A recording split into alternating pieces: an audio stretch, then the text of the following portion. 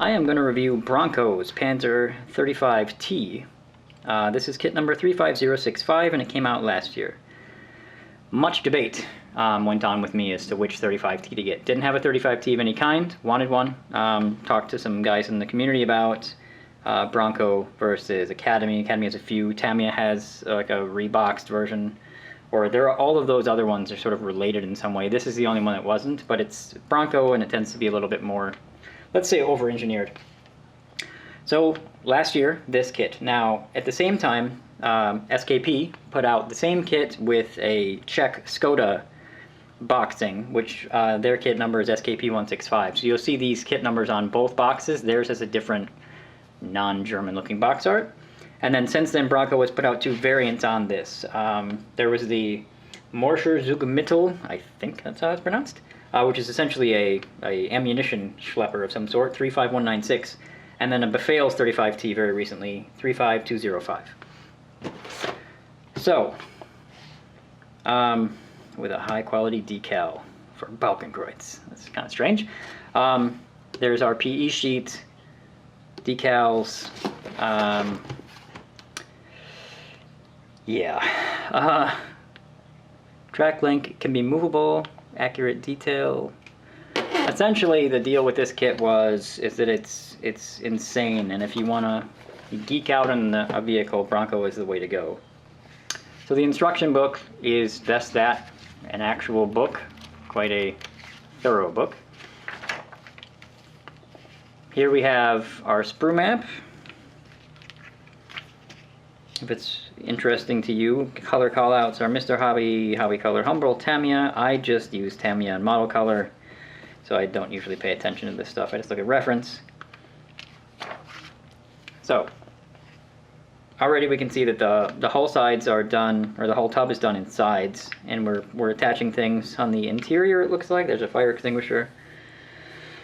All kinds of small stuff I don't recognize. Radios. It's calling out some PE over here.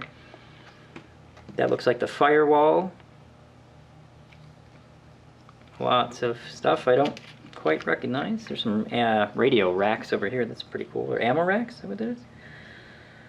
Freaking impressive, though.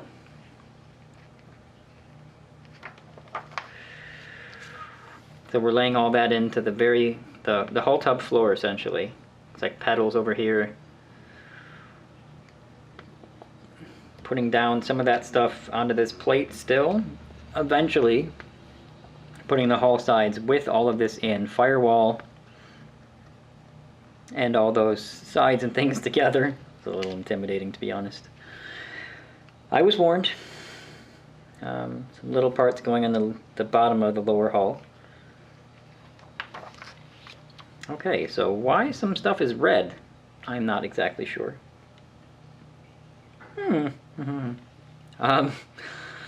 Bogies look pretty intense. The springs are separate pieces from the bogies. These might be more like the old workable Dragon ones. The final drive with sprocket and the kind of cover for the sprocket seems kind of complex. More stuff on the bogies. Again, I'm not sure why that's red, but I'll figure that out. Tracks going on now. These are not model cast-in, which I'd hoped they were. They're clicked together, sort of like I did the Bronco Panther tracks on a SIG, like last summer. You're best to just treat them like magic tracks and glue them together if you want them to look good. They do not behave correctly, just clicked together. It says cement-free, but don't believe it. It's a lie. Okay, so that might be, these are fenders. Got a large piece and some other pieces, some spare tracks going on there. No tack light. Telling you to cut some stuff off by the look of it. Tons of little PE. That looks like clamps. What have I gotten myself into? Wow. More PE. We're on the upper hull. You've got nice color computer renders of some of these PE spots. Holy. Now we're on step 18 now. Here's the rear engine deck parts. Got a bunch of jerry cans that go on there. The front and rear of the upper hull going together. Jerry cans do have the PE rib in between. Now we are at step 20, which is, it looks like the bow MG. Tons of tiny little parts there. My God. Give you an option here.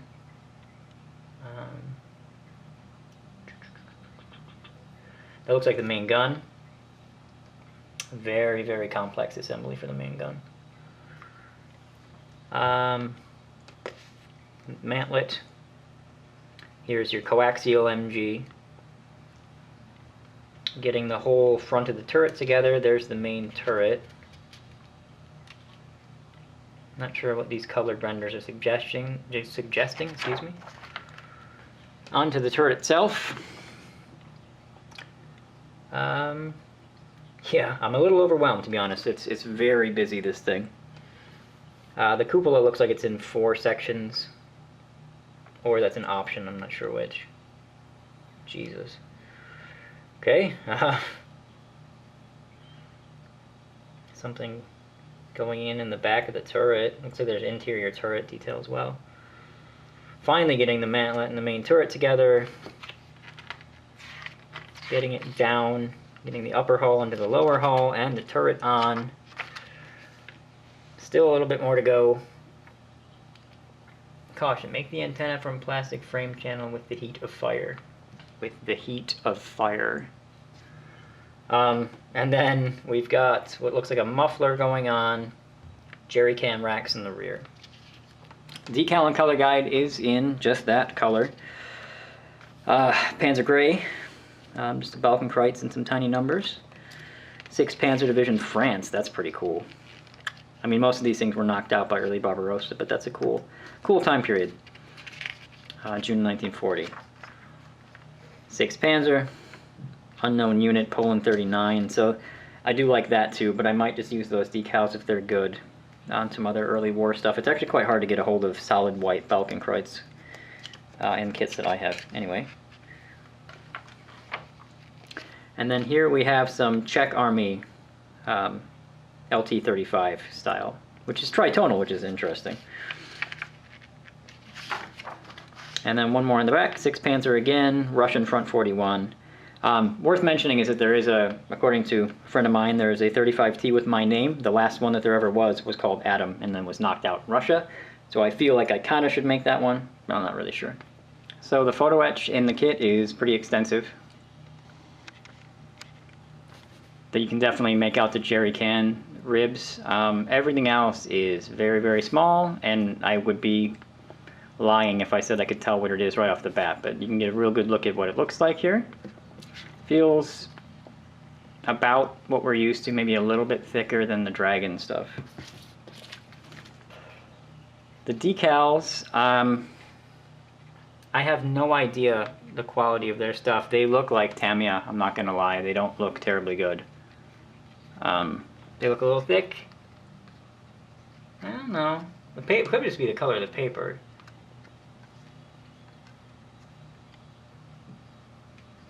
Hard to tell, but. So the tracks come in bags, I assume left and right. Each bit of track is on separated sprues like this, which is just how the workable Bronco Panther tracks were that I bought. So here's what they look like. The 35T is nearly Panzer 1 size, well, probably closer to Panzer 2, but you know, that's how big it is compared to my finger, each track length, so it's not terribly big. And basically they just suggest that you snap them together. I don't have much confidence that they will work that easily, but we will try. We have 5 of these jerry can sprues. It has 2 jerry cans per sprue, the kind of cap and the 3 handle thing. They look very good.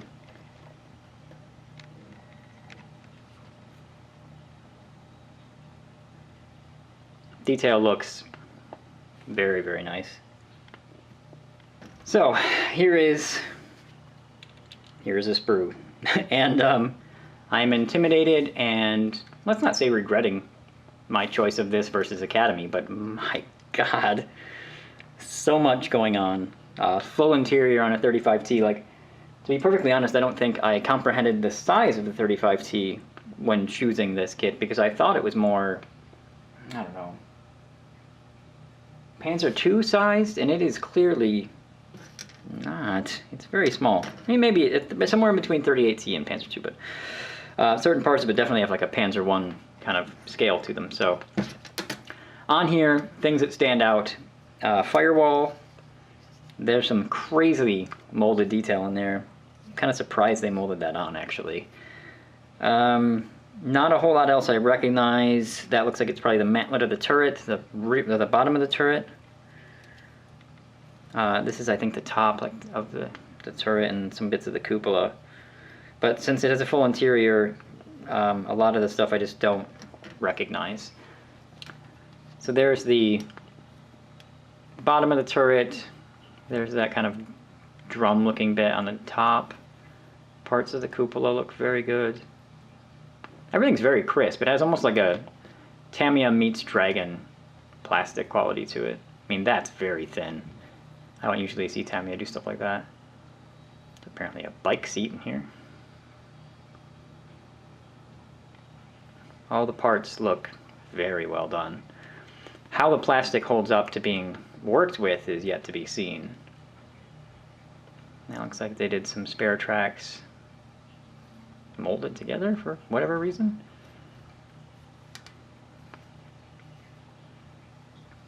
Radios apparently will be in many separate parts because that's just the front part. There's that firewall. That is a large piece to be molded on. Interesting. I think this has to do with the breech, maybe? All the parts are very nice. I don't see any flash. If we look at the back of parts, we've got Dragon style knockout marks instead of ejector pin marks wherever possible. So the molding seems very good. Sprue number 2 is, again, overwhelming, to be to be perfectly honest. We have stuff I don't recognize. These are definitely drive sprockets. I think the 35T had like a double sprocket or like a toothed idler, whatever you would call that situation. This looks like final drives down here. Oh, that's a shovel. I know what a shovel looks like. This must be interior stuff, maybe ammo storage or radiators. There's a pickaxe, some mounting hooks, looks like a fan for the engine. Lots of interior stuff and other things. So there's some sprockets, very fine molding on the teeth. That looks good there. And on the back side of everything, there we go. Rivets seem good there. That looks like interior bracing, maybe.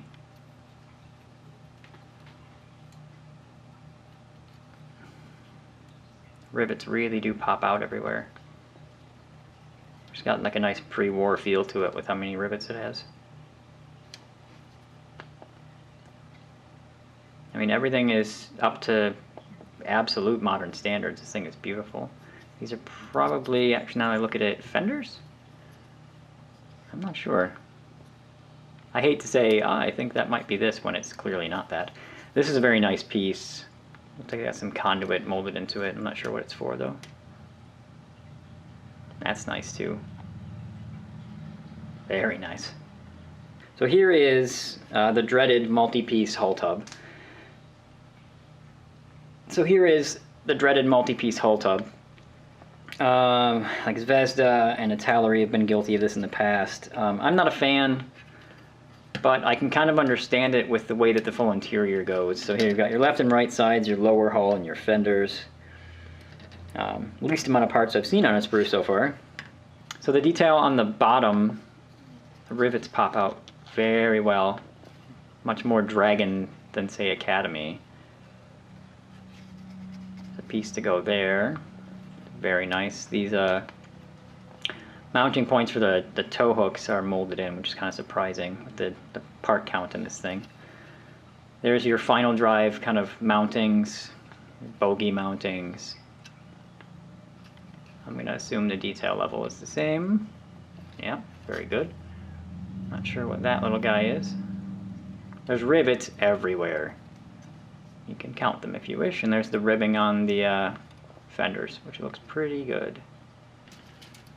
So we've got 2 of these. This would be our suspension sprue. Okay, a little less daunting, but not, than the rest. Because what we have, I can see here's the covers for the sprockets, and here's our little wheels, but these are some of the most fiddly, tiny, thin little things I've ever seen. As far as their thickness, like I can't imagine getting those off without ruining them. You got a lot of the multi-parts for the bogies. I'm assuming they may be workable, but I don't know for sure. These are return roller stations by the look of it. Here's our springs.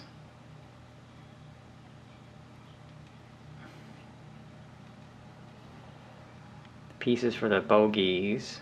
Very small stuff. This is the thin stuff I'm talking about. Jeez. Man, what is this? So small. Return rollers by the look of it. There's our wheels.